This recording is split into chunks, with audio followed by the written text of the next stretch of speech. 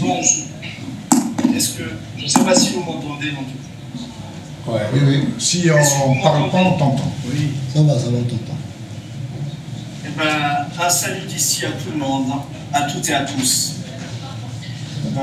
Je me suis mis derrière, j'avais l'impression d'être derrière l'arbitre parce que je voyais sa chevelure.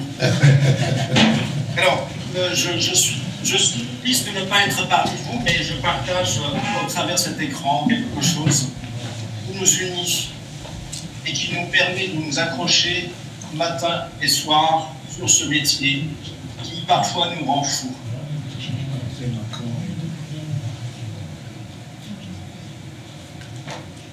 Vas-y. Il y a un décalage dans ça.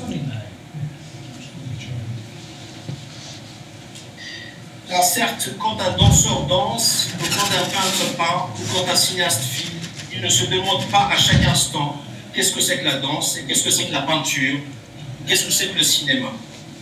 Et pourtant, cette interrogation revient toujours, au point qu'elle est constitutive de ce que nous faisons, l'architecture ou le bâtiment en général.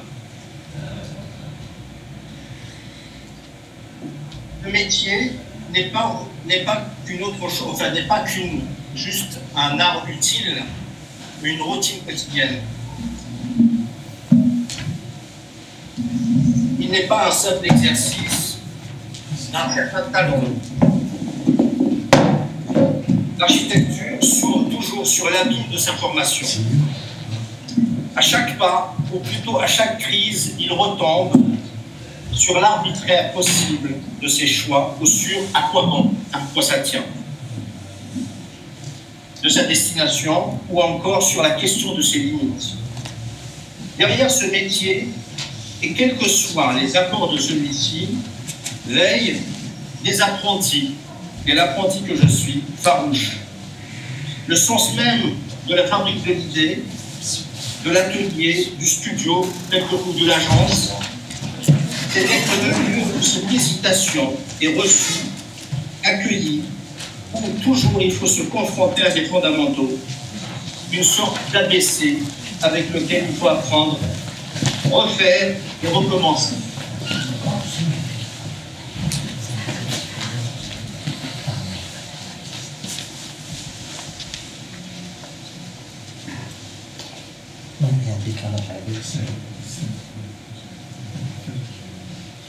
Cette pratique du concours remonte à très loin. Le pouvoir du concours au gros potentiel créateur qu'il déclenche. Il montre par les centaines de projets, mais aussi une liberté d'imaginer un futur plus optimiste. Le concours peut le stimuler auprès des candidats ou des concurrents.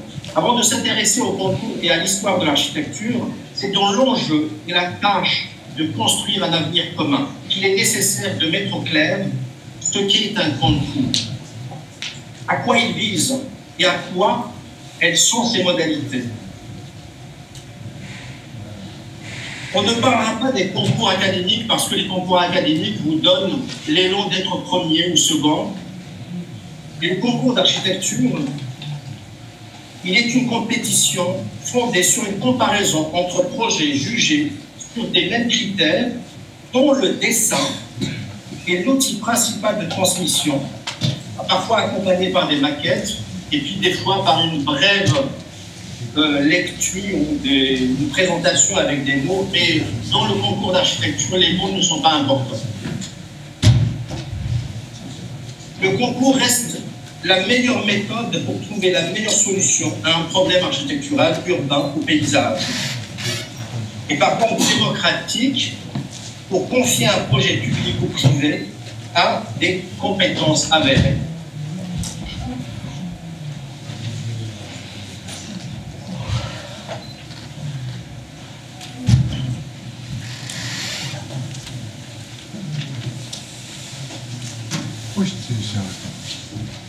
Formidable laboratoire d'expérimentation et de recherche qui prend appui sur des talents que sont les architectes. Giorgio Vasari, qui est un grand peintre, sculpteur, architecte, écrivain Toscan,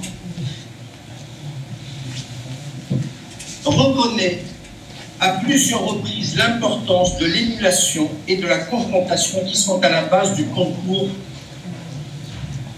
et qui poussent les artistes à se dépasser les uns des autres et à franchir le seuil de l'habitude paresseuse, de la tradition et des convenances.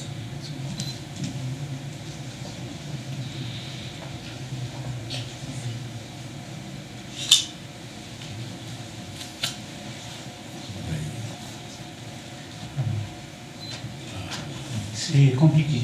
Alors, je vais vous partager un PDF.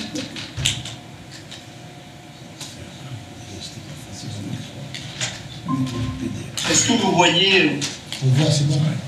Ouais. C'est bon, oui, on voit. Très bien. Les noms au cours du XVIe siècle concernant les basiliques de plusieurs villes italiennes, comme à Florence, prouvent le déchaînement formel et stylistique des architectes les plus renommés lorsqu'ils sont engagés en concours. Le principe qui sous-tend le concours est la comparaison.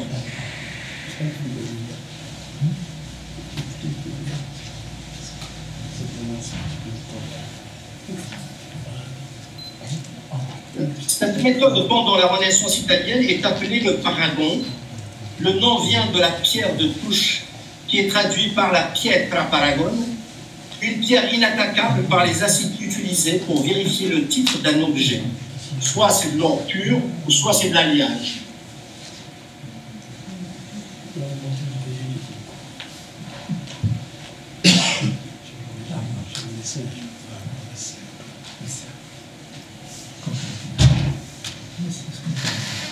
Alors, l'origine du concept de concours trouve naissance chez les Grecs. Dans la mythologie grecque, la pomme de la discorde est une pomme d'or lancée par la déesse Eris, vexée de ne pas avoir été invitée au mariage de Pélée et Thésis. Sur la pomme, il est écrit « pour la plus belle », ce qui provoque une dispute entre Héra, Athéna et Aphrodite. Ne voulant pas choisir entre elles, Zeus confie cette décision à Paris, un prince troyen, pour l'influencer. Héra lui promet la puissance, Athéna la gloire et Aphrodite l'amour de la plus belle femme du monde. Paris choisit Aphrodite qui l'aide alors à enlever Hélène, l'épouse du roi Ménélas, et à l'emmener à Troie. Furieux, les Grecs unissent leurs forces et partent en guerre contre Troie pour récupérer Hélène. C'est ainsi que commence la guerre de Troie, racontée dans l'Iliade d'Homère. Vous voyez ici le concours des portes du baptistère de Florence, une compétition fondatrice. Et ça, c'était à la Renaissance. Au début du XVe siècle, la ville de Florence, en pleine effervescence artistique et économique, lance un concours prestigieux pour la réalisation d'une deuxième porte en bronze du baptistère Saint-Jean. Cette initiative est portée par l'Arte di Calimala, une riche corporation de marchands de tissus désireuse d'affirmer le rayonnement de la cité à travers l'art. 7 sculpteurs renommés de Florence, dont Filippo Brunelleschi et Lorenzo Ghiberti, sont sélectionnés pour soumettre un panneau en bronze sur le thème du sacrifice d'Isaac. Ce sujet biblique riche en expressions et en mouvements permet d'évaluer leur capacité à représenter figures humaines, animaux et paysages. Les propositions des deux jeunes artistes se distinguent par leur inspiration antique et leur composition dynamique. Brunelleschi, à gauche, adopte une approche dramatique, avec un ange stoppant in extremis le geste d'Abraham. On le voit ici. Tandis que Ghiberti privilégie une composition plus fluide et classique, influencée par la sculpture antique. Malgré la qualité des deux œuvres, c'est Guy Berti qui remporte le concours. Et bien sûr, Brunelleschi est fâché et quitte Florence pour se consacrer à l'architecture. Cette défaite sera pourtant le point de départ de son plus grand exploit, c'est la construction de la Coupole del Duomo di Firenze, de Florence, chef-d'œuvre absolu de la Renaissance. Ce concours, au-delà de son enjeu artistique, témoigne de la manière dont Florence mobilisait ses talents pour célébrer sa grandeur et stimuler l'innovation, un souffle créateur dont notre époque semble aujourd'hui privée. Un autre sujet, c'est le concours du Louvre et l'échec de Lorenzo Bernini. C'est en 1664 et 1665. Le concours du Louvre, organisé sous le règne de Louis XIV, est l'un des épisodes les plus marquants de l'histoire de l'architecture en France. Il met en compétition plusieurs architectes européens de renom pour la conception de la façade orientale du Palais du Louvre, destinée à incarner la grandeur du jeune monarque et à affirmer la puissance du royaume face au modèle italien et espagnol. Parmi les candidats figure Gian Lorenzo Bernini, maître du baroque romain et favori du pape, et qui était considéré comme le plus grand architecte d'Europe de l'époque. Un concours sous tension. À cette époque, la France aspire à affirmer une identité architecturale propre, détachée de toute influence italienne. Et pourtant, sous l'impulsion du ministre Colbert, Louis XIV invite Bernini à proposer un projet pour la façade du Louvre. Bernini soumet plusieurs esquisses qui reflètent son style dynamique et théâtral. Cette démarche caractérisée par des volumes monumentaux, des colonnes massives et une mise en scène spectaculaire des espaces. Donc ça, c'est l'organisation en plan, et puis tout le travail en façade qui est fait par Bernini. Si Bernini jouait d'une immense renommée, son projet est accueilli avec scepticisme par l'Académie royale d'architecture, récemment fondée par Colbert. Son style baroque jugé trop chargé et incompatible avec la rigueur classique française. Et il n'arrivait pas à convaincre les architectes français et toute la cour royale. Et c'est François Mansart et Claude Perrault qui réalisera le projet qui existe jusqu'à présent, qui est la colonnade du Louvre, que vous voyez ici. Alors, concours perdu, ça ne veut rien dire, parce que Bernini n'a pas réalisé ce qu'il a dessiné, ce qu'il a proposé à la France du XVIe siècle. En revanche, il marque un tournant dans l'histoire d'architecture européenne.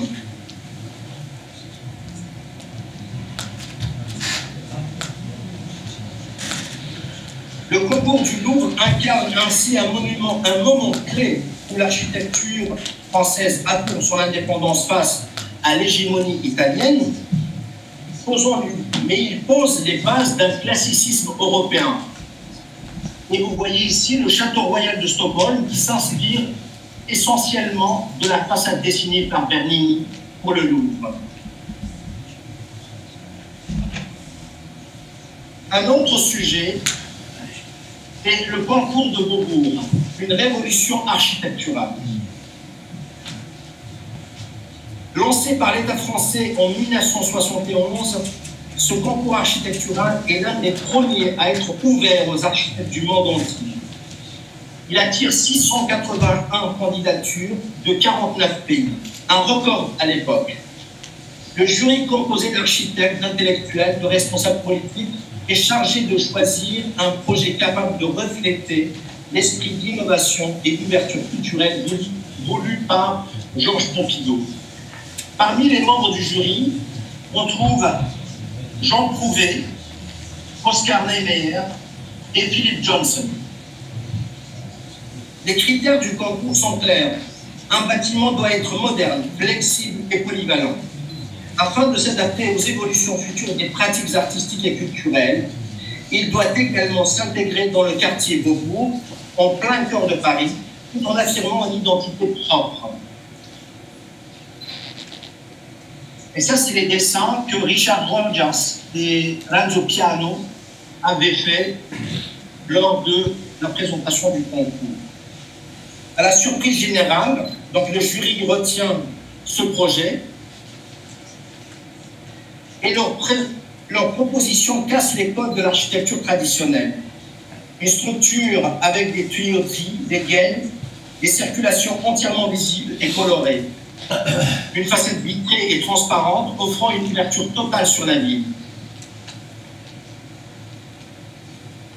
Une esplanade publique devant le bâtiment favorisant la rencontre et les interactions sociales. Une modularité intérieure avec des plateaux libres pouvant être réaménagés à volonté. Et vous voyez l'équipe. Ce choix suscite un débat virulent en France. Certains y voient une provocation, surnommant le bâtiment la raffinerie ou la mécano géant.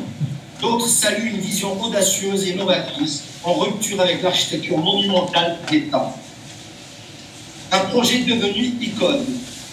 Malgré les controverses, la construction du centre Pompidou s'achève en 1977 et l'édifice devient rapidement un succès populaire.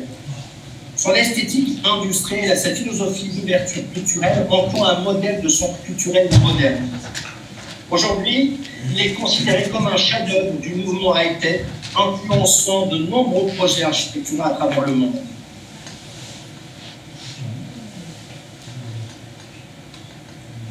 Il s'inspire essentiellement de l'architecture industrielle, des mégastructures utopiques du groupe Archigram comme la Plug-in City en 1964, où les bâtiments sont conçus comme des machines évolutives. Il s'inspire aussi des gares et les marchés couverts du 19e siècle, comme les halles de Baltard qui étaient avant dans les halles et qui sont déménagées à Orly. Leur parti pris est radical, inverser la logique architecturale traditionnelle en mettant les éléments techniques.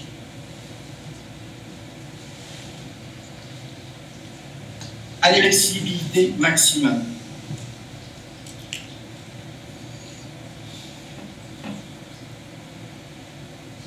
Le concours est pour moi la chose la plus importante qui libérait les potentialités des architectes, soit locaux ou internationaux. Et je pense que le sujet qui nous réunit, c'est aussi de dire quelle méthodologie qu'il faut mettre en place pour pouvoir aller chercher le meilleur d'entre nous, le meilleur d'entre tous les architectes et aussi les jeunes architectes. Donc un concours ouvert, c'est aussi une libération d'un potentiel qui est enfoui en nous.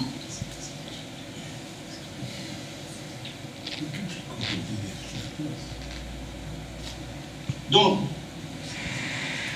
aujourd'hui, le projet du Louvre, du centre Georges Pompidou, il est en réhabilitation. Et donc, jusqu'à 2020, je crois que c'est 2030, où ils vont réhabiliter, réoccuper le site. Je vous donnerai quelques exemples des concours qui ont été cités par Mohamed Chbala. Et je vous montrerai aussi, avec ma modeste contribution, ce qui est possible par le biais des concours et par le biais des concours ouverts. Donc ça, c'est le site de Beaubourg, le chantier. Voilà. En 2021, j'ai participé, j'ai été invité à un concours international par un ami coréen qui est à Séoul. Et j'ai travaillé nuit et jour. Je crois que c'est à ce moment-là que j'ai perdu un peu ma vue. Enfin, j'ai perdu légèrement ma vue.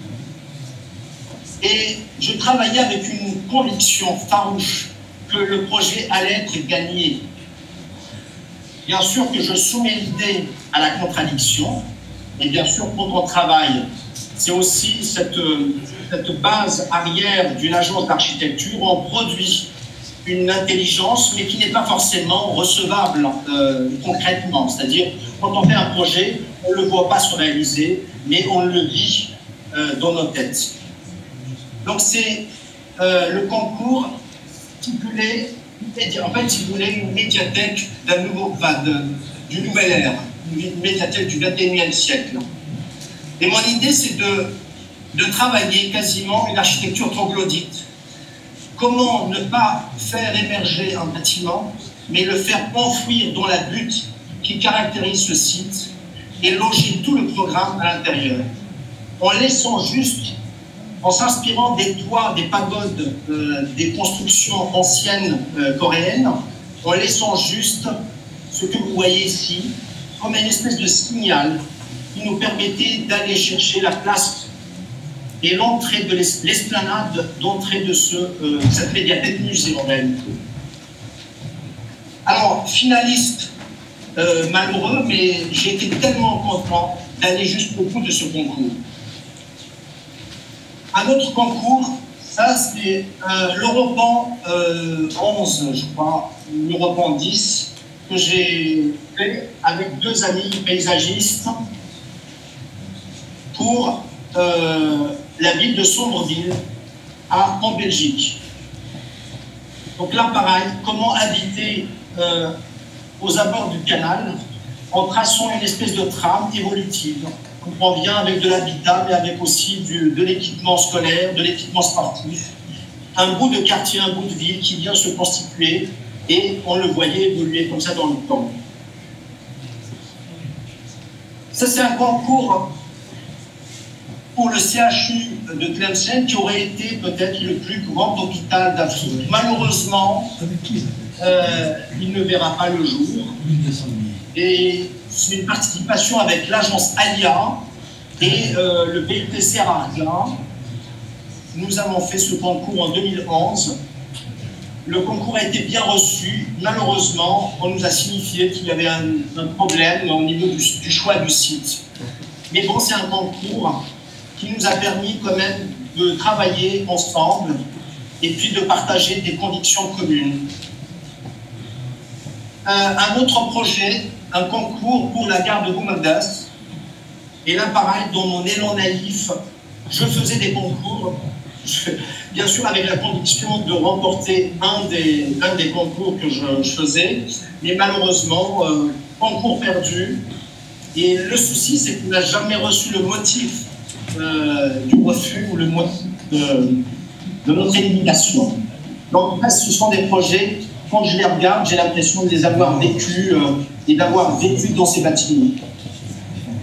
Un concours qui a été cité par Mohamed Chibala tout à l'heure, donc c'est un concours international fait avec l'agence Vasconi, et c'est la couverture de la RN 13, qui est aujourd'hui une espèce d'autoroute qui sépare 2 quartiers d'une même ville administrative. Et mon idée, c'était d'enfouir la circulation et permettre à ces 2 quartiers d'être liés par un axe historique, une espèce de perspective qui a été dessinée par le nôtre, qui partait des jardins des Tuileries et qui va jusqu'à Saint-Germain-en-Laye.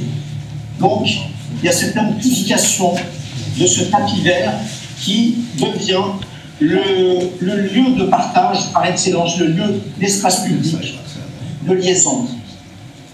Et ça fait 2,5 km de longueur. Ensuite, un concours fait avec l'agence Vasconi pour l'extension du Parlement européen à Bruxelles. Pareil, un concours perdu, non gagné.